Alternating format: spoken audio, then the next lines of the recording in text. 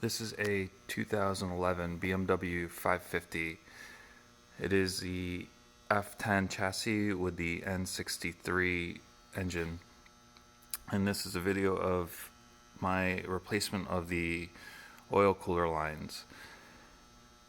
I thought I would just show some people how I did it because the factory service manual says that you need to drop the whole front suspension, and clearly that's not a at-home kind of thing. So I used a 4-post lift, but this could be done in your driveway with some jack stands and some creativity.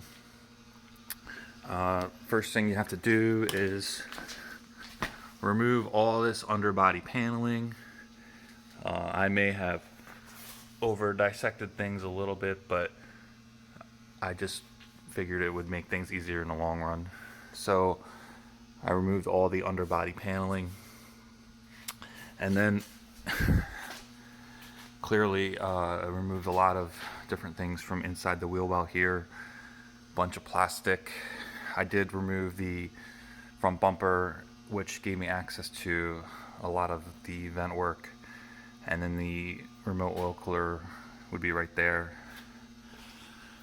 The front bumper removal was pretty easy. The hardest part was disconnecting the plugs for the sensors and the fog lights. Another annoying part was to disconnect the steering,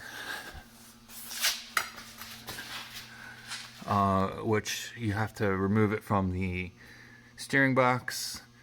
Just not a lot of room to get your hands up there.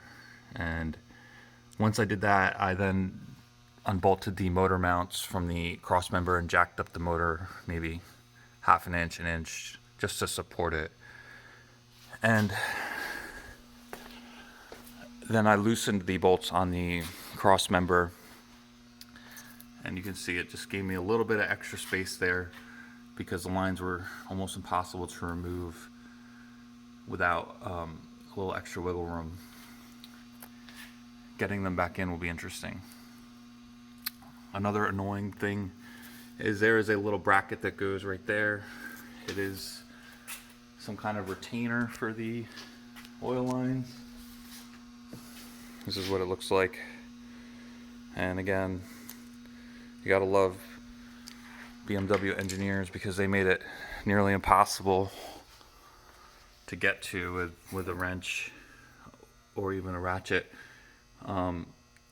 I've seen videos where people get it from the top, but with that piece in, you'll never get the lines out, so you have to remove that.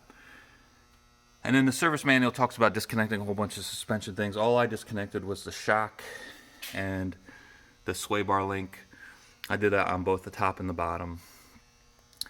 And then on the driver's side, if you're going to drop the cross member, there are a couple wires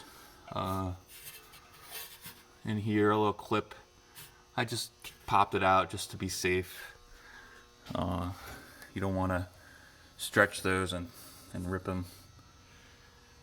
Other than that, disconnecting the battery, and pretty much straightforward from there. So we'll see how the installation goes.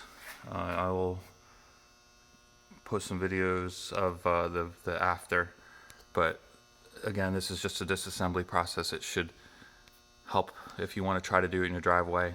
I did use some blocks to support the body so that I could lower down that K-member, and in reality I didn't even take the bolts all the way out, so I didn't have to lower it. But just make sure you support your engine, and again, I would disconnect that rack and pinion just so you don't tweak anything in the steering department.